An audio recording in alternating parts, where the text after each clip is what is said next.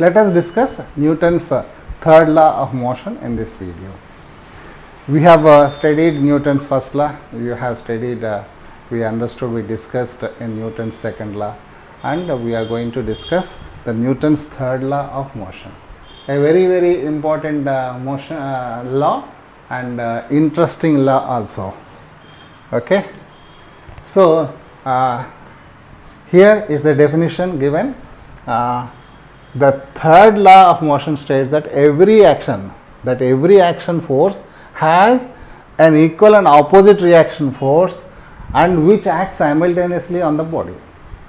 In simple, for every action there is equal and opposite reaction.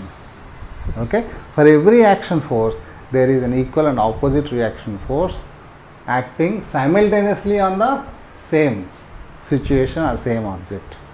So, this is Newton's third law. Okay. So, now a rocket is there.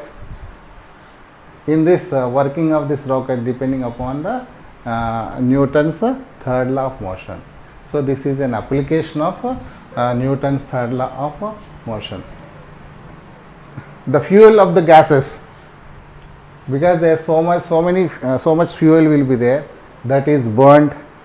So, the fuel of the gases exert downward force and on the surface of the earth, and of course the earth turn exerts an equal and opposite force which will be propel the rocket into the space. So, one force in the form of fuel is coming down and one more force, the earth is pushing the rocket up. So, this is an application of Newton's third law.